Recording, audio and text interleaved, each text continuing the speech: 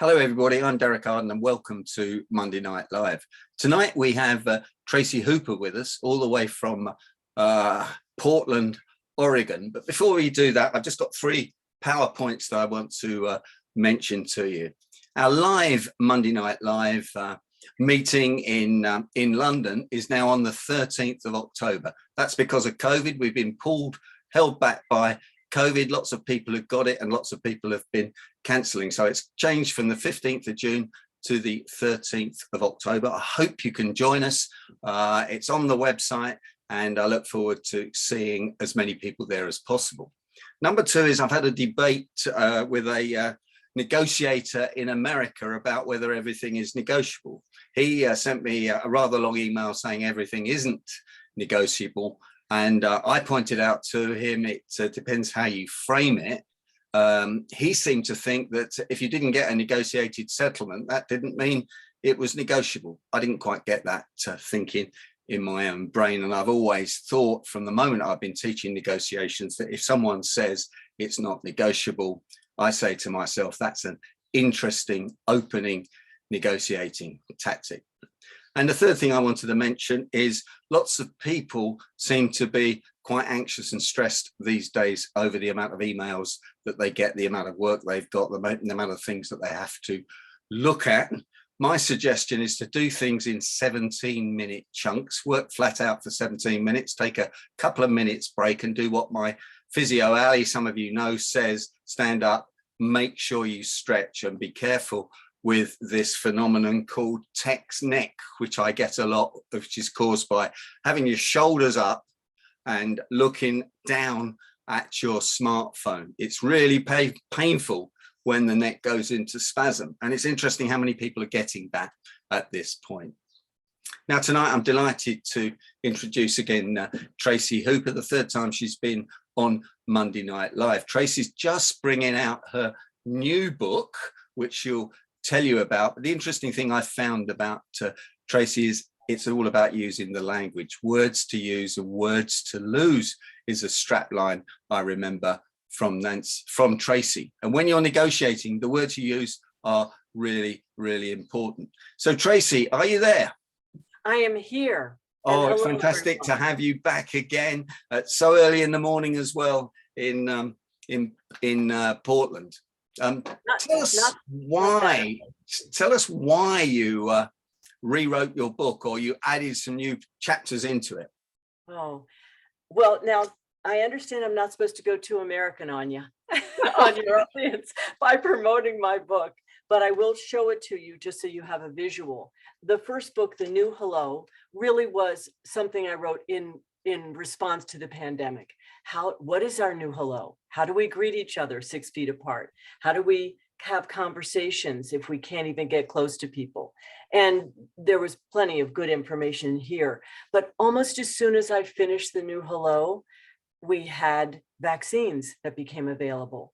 And now people are going back to work in a hybrid way, some remote, some in person and hybrid.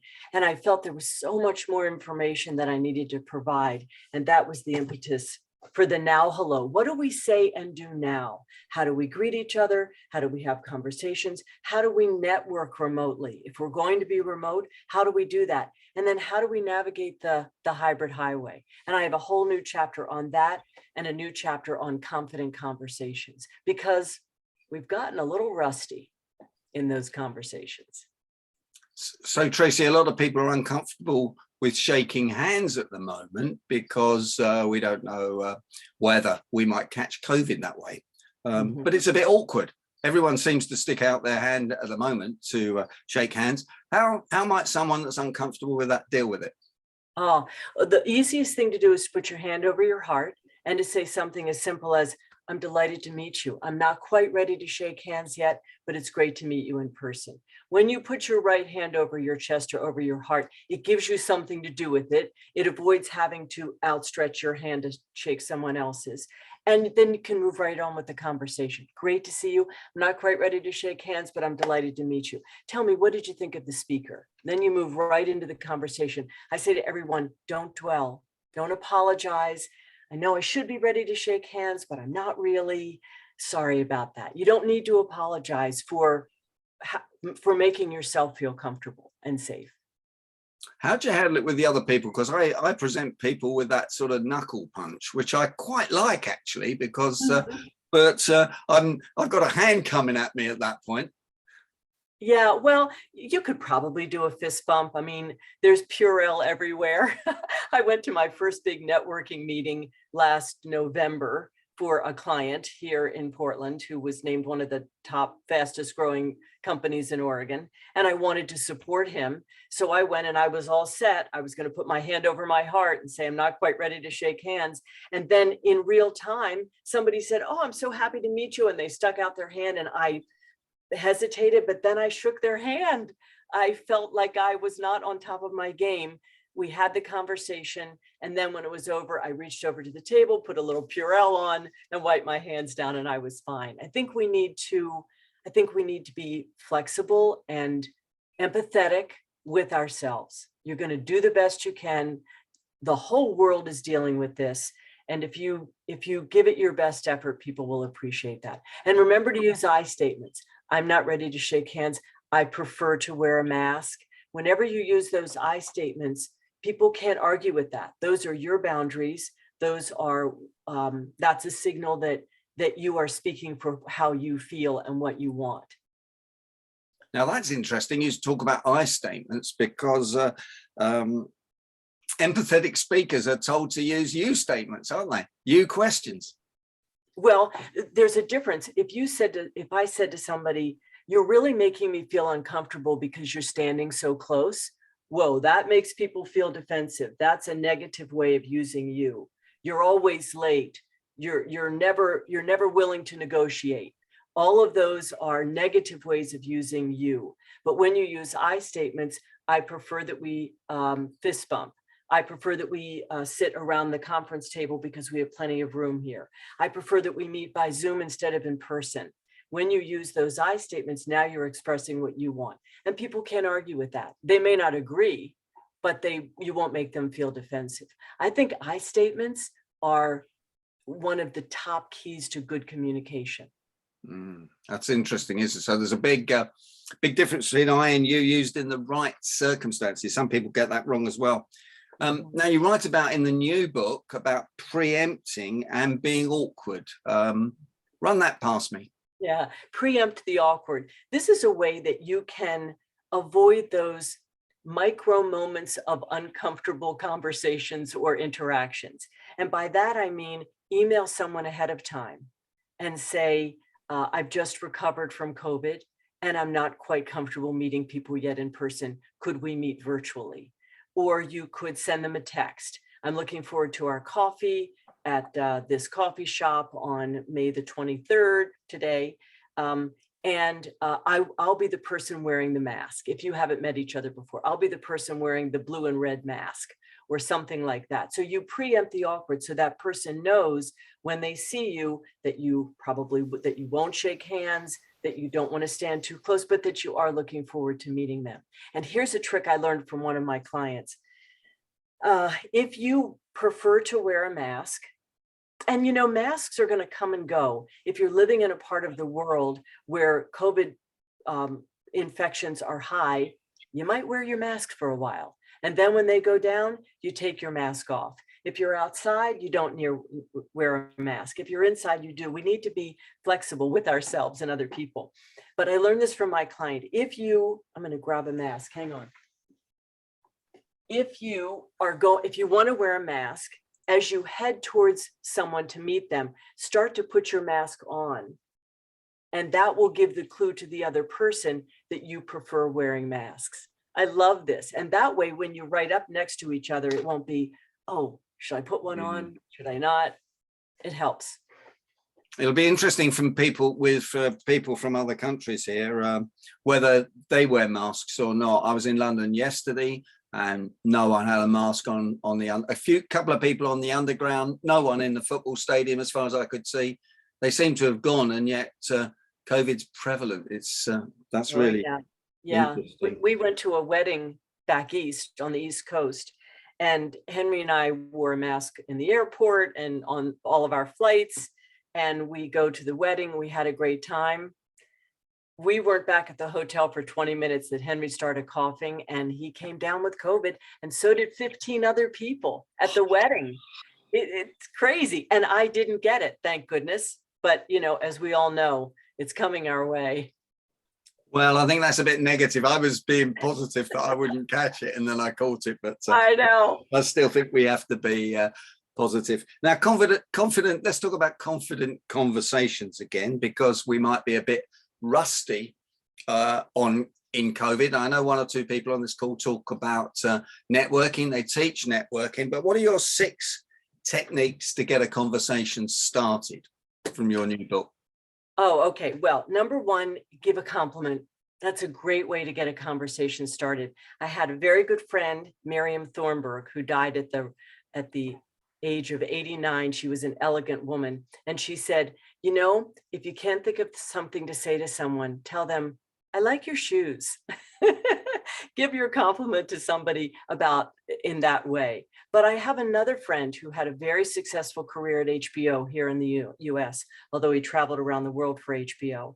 And he said he never compliments people on the way they look or on what they're wearing. He only compliments them on their accomplishments or their traits. So he would say to them something like, their accomplishments. Congratulations on achieving the President's Circle. Bravo on getting your promotion. You handled that difficult conversation well. Congratulations on landing the new client. Or on their traits. You are a great teammate.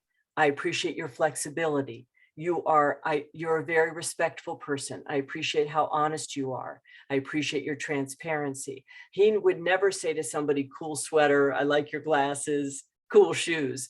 I think it depends on how well you know someone. But when you begin with a compliment, it makes someone feel good.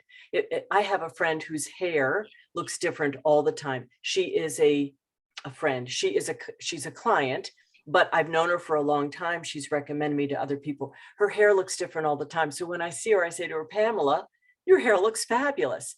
Perhaps I get to say that because it's woman to woman, but I think it depends on how well you know a person. So number 1, give a compliment.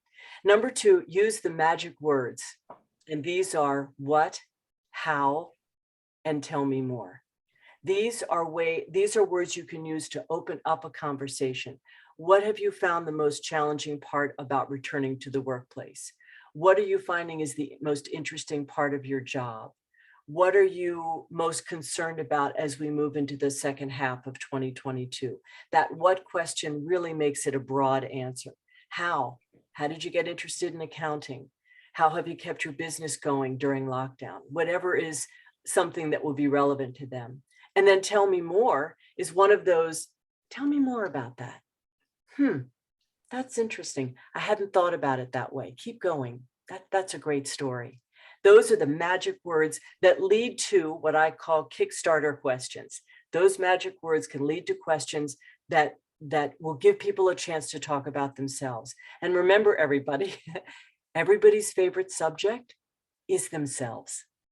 If you give them a compliment, if you ask them the magic words, that will get them talking. And people, most of the time, people love that. Number 3, be curious. CEOs are telling us they're looking for people with a high CQ. And how true is that? We want people who are curious about life. How do you be curious? You read everything you can get your hands on. You watch TED Talks and good movies and quality TV.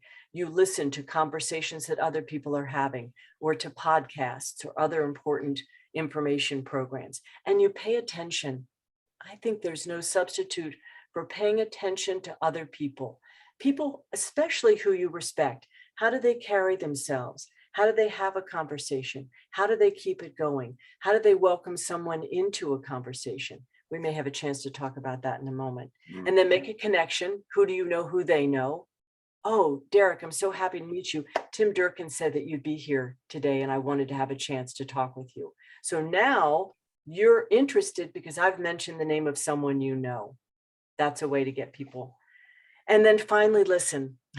Larry King. You all know Larry King. He was a big talk show host here in the United States for years, 50 years, 50,000 interviews, Larry King Live.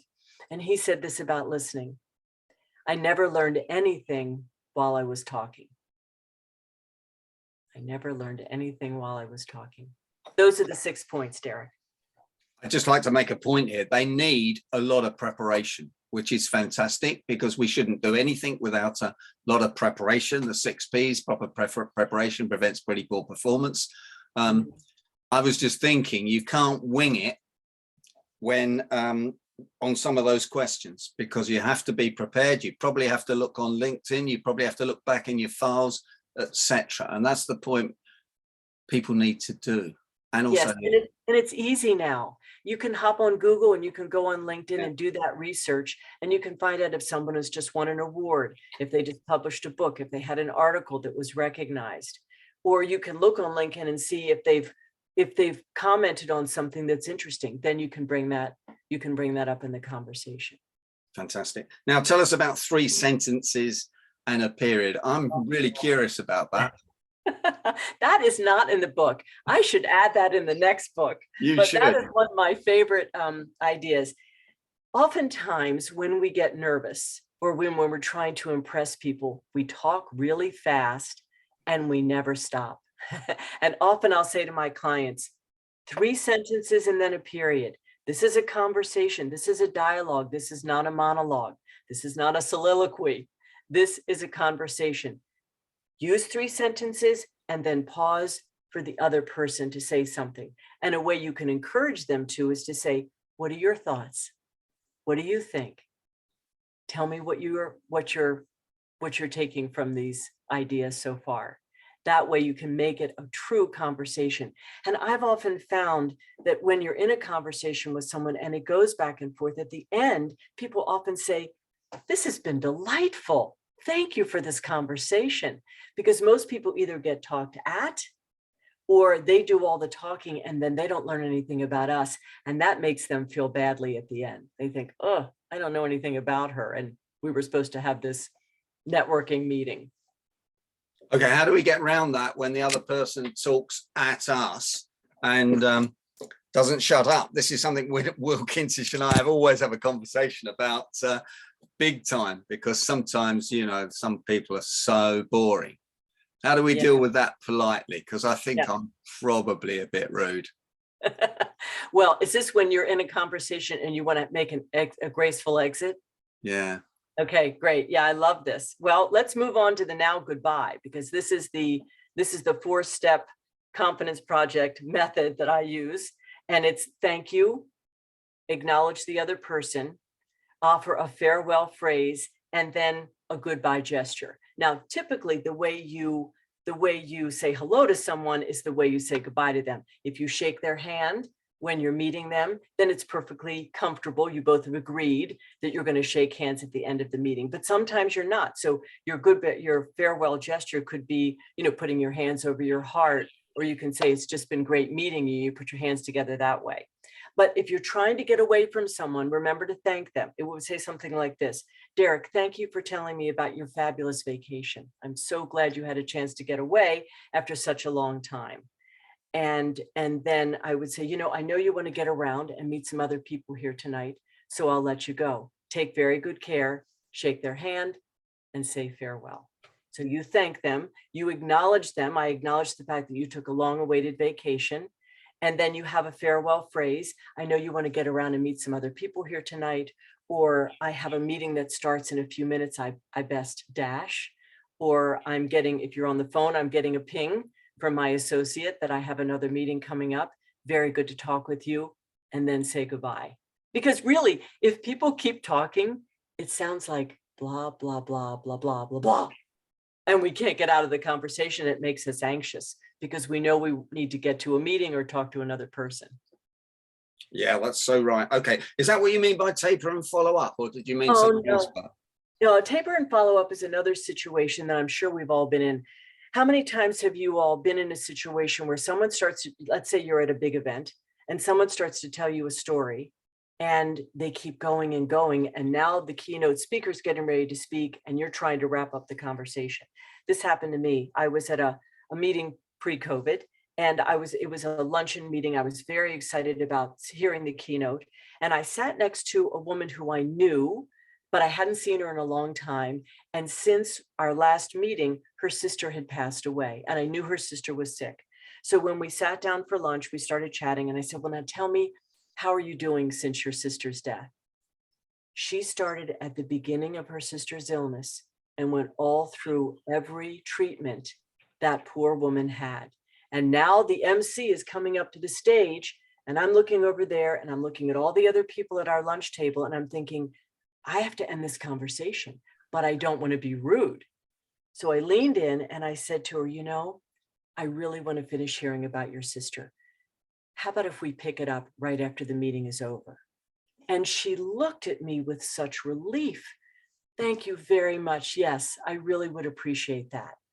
And that way I was able to taper the conversation, move on to what was at hand, the meeting we both came for.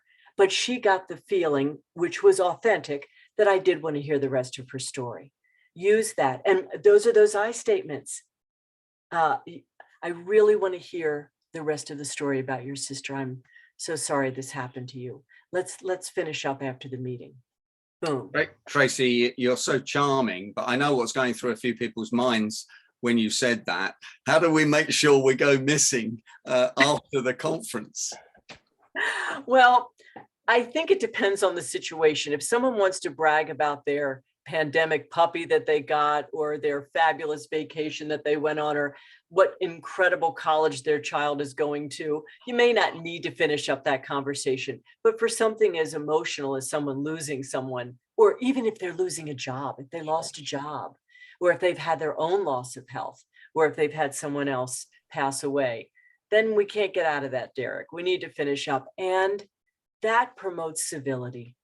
We need to be kind and generous in this world that is cruel and crude and uncivilized. No, Civility. I understand that totally. I just needed to ask that question in case anyone, goodness me, was thinking about that.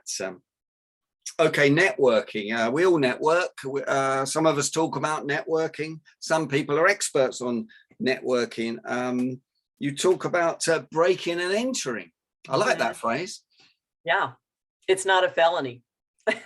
Breaking and entering at a networking event is not a felony. Here's the way it works. There are two types of breaking and entering. One is, may I join you, when you'd like to join a conversation? And another one is, come join us. I mean, how often have we been in a situation when we are on the outside of a group, we want to join, but we don't know whether it's impolite, we don't want to disturb people, so we stand out there. If you are the person in that group, what a gracious gift it is to say, oh, you know, Godfrey, come join us. We were just talking about the soccer match. Now Godfrey is into the conversation immediately. And we were just talking about as one of those key phrases, because he is now immediately a part of the conversation. Now, if you're on the outside and, okay, let's say this, I love this one. Let's say you're in a group and I can't remember Godfrey's name. What do I do? But I want to invite him in. What do I say? This is what I say. I say, oh, hi, come join us. We were just talking about the new soccer match. Do you know everybody here?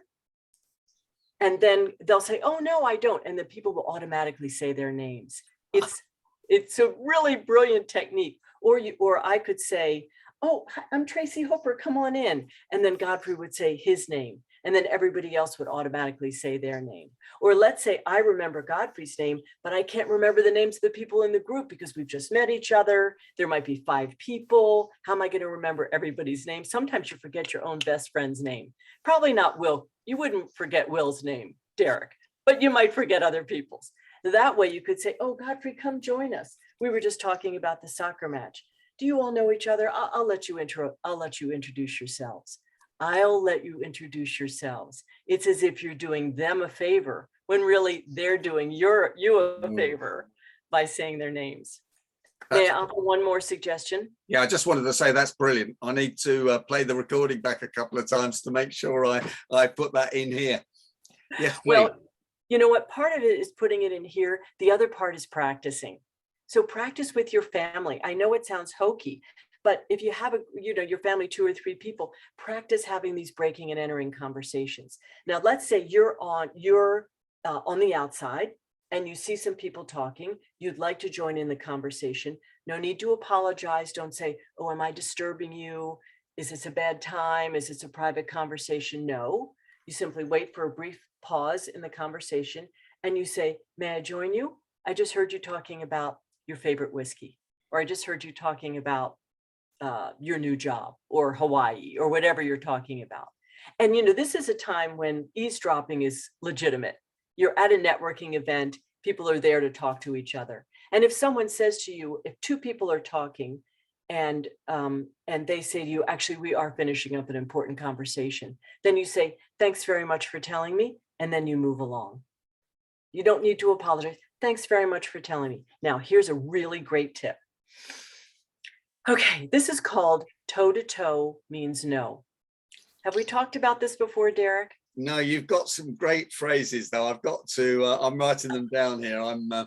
Toe to toe means no. Tell us about Toe-to-toe means no. So that means if 2 people are talking and their eyes are engaged and their feet are pointing at each other, that means they do not want to be interrupted. But if someone's foot is turned out to the side and they're gesturing around a little bit, that's the classic nonverbal cue that you can enter the conversation and say something as simple as, "May I join you? I just heard you talking about your new home." Now you're into the conversation. But that toe-to-toe is really important because it does feel awkward if you interrupt people and someone is courageous enough to say, "Actually, we are having an important conversation. Would you give us a few minutes to finish?" That's embarrassing. If you use that toe-to-toe technique, that'll help you. Brilliant. Did you have one other tip you wanted to give us before I go to the chat box? Yeah, let me talk about this if I could for a moment. I talk about this in the networking chapter in my book, and I call it the give, give, give, ask approach. And that is when we're trying to connect with someone, I recommend that you give a lot.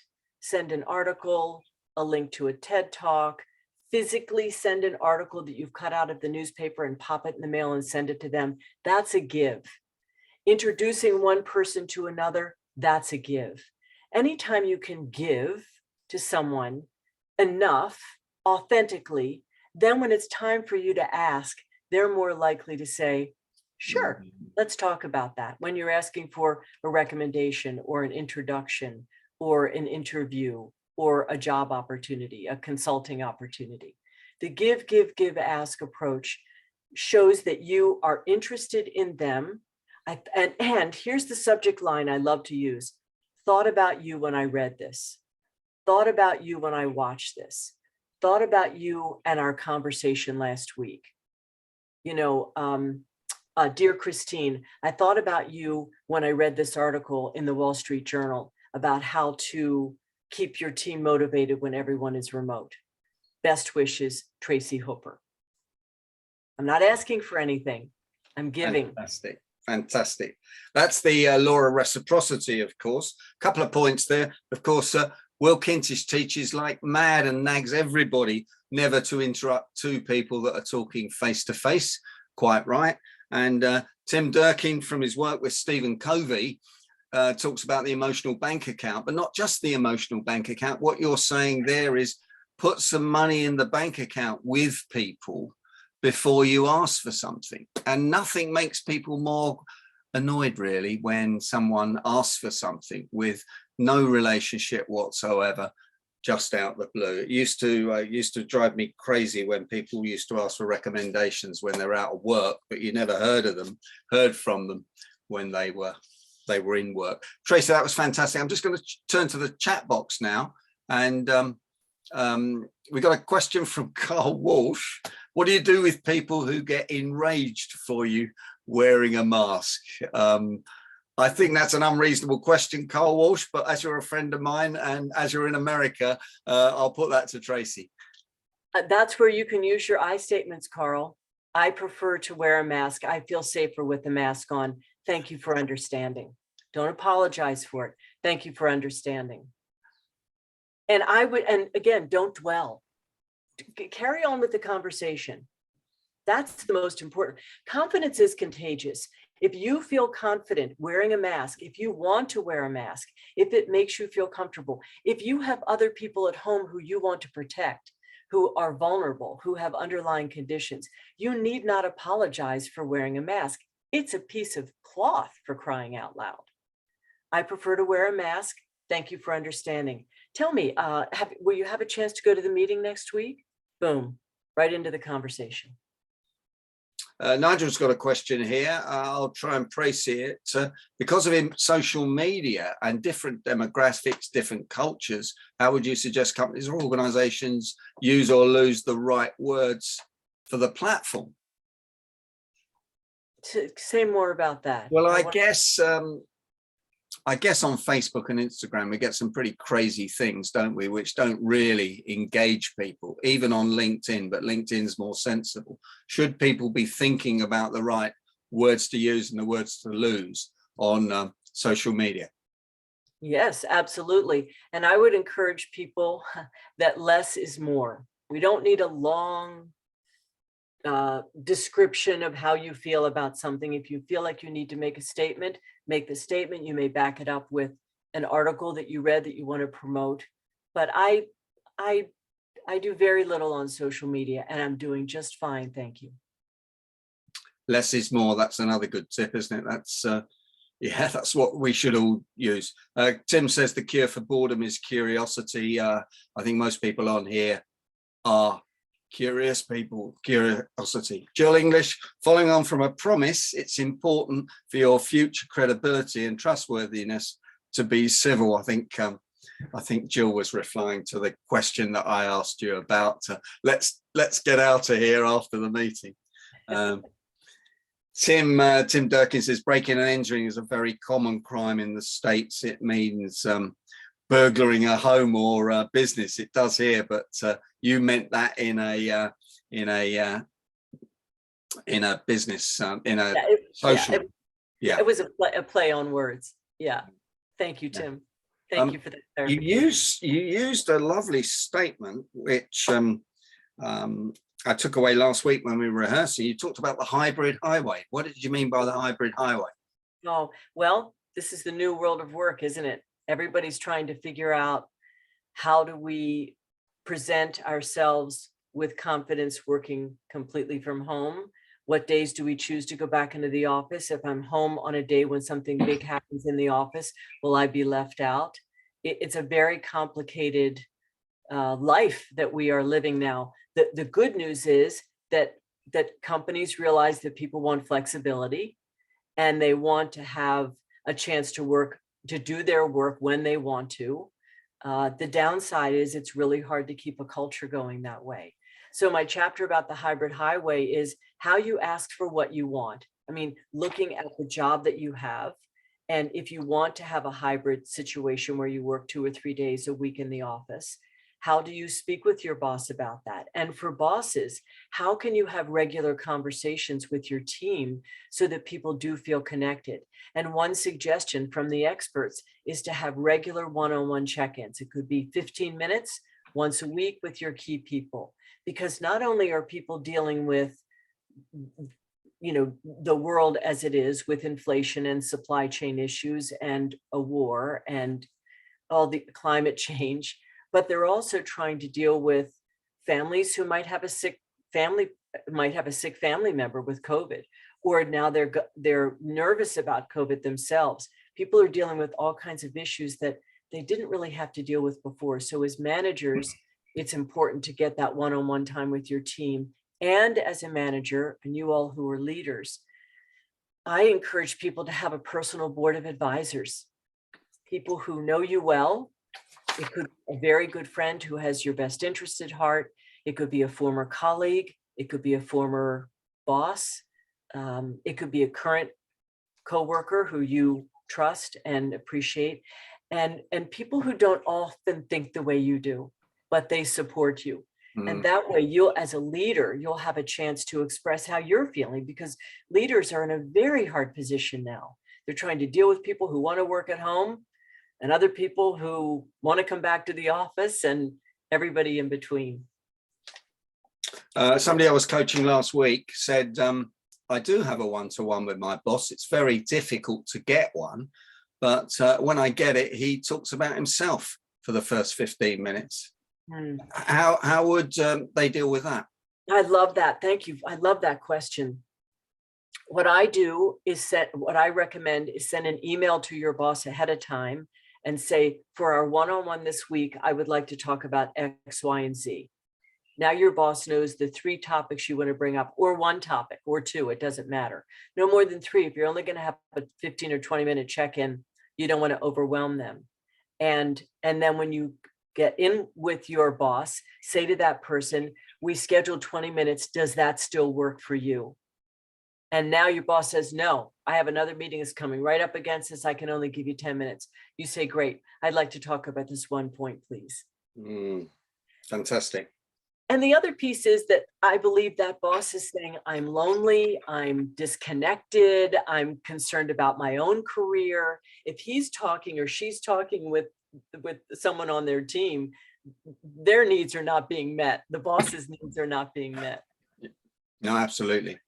Tracy, we're out of time. Can I thank you so much on behalf of everybody? I'm putting it on gallery view. Can you give Tracy the usual round of applause from Monday Night Live? Congratulations on your new book, Tracy. I'm looking forward to reading it. I've got my notes here from your last book, which are really substantial, and I do love the words you can use, words you can lose, and those phrases that you use, which we can really hang on to. So how do people get your book? I'm being a bit American now by plugging your book, but please have a plug. All right, everybody, he's being very American. It's available on Amazon. I am about halfway through recording it. You know, I'm a voice talent by training. I was a newswoman and I have done voiceover work for my whole career. So I'm halfway through chapter 6 recording it, and it'll be available on Audible, and it'll be available on Kindle in the next week or so, but Amazon is the place to get it. Fantastic. Tracy Hooper, thanks for joining us for a 3rd time on Monday Night Live. And will you come back and join us again? It would be my pleasure. Thank you, everybody, for coming back. It's so great to see all these people. I feel like I know you. Tracy, if you can stay on there, maybe 1 or 2 questions that we shouldn't be putting on the recording. Tracy Hooper, thank you.